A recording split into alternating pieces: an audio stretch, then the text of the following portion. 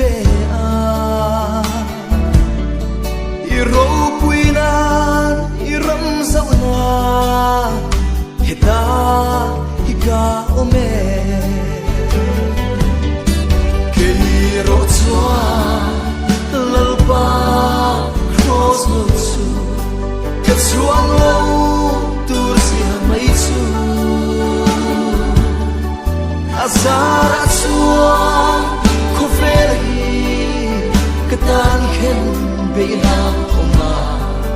ke bo ko velta khen be kom ta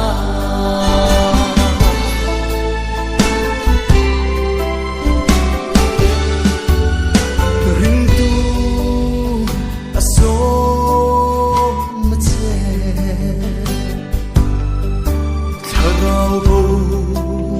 pakhatal san chuang ro tuan tan shem hun kong an zo si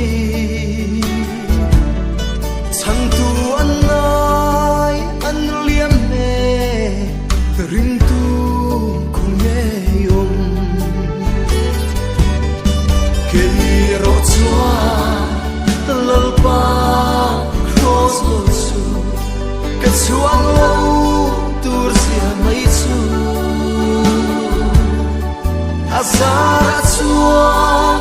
ko feri katan khen be na oma ke bo ko velta khen be kom ta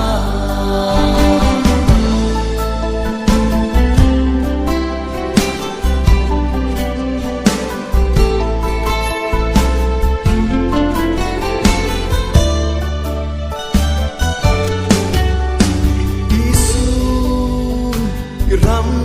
lo theng ro se ko vel ram le nam chung ko tina lo shavet se kalvaria chandam nahi ka thei to bin ka puam sel do ne na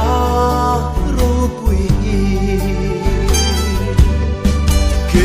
ro chua lalpa cross lo chu ka chuang lo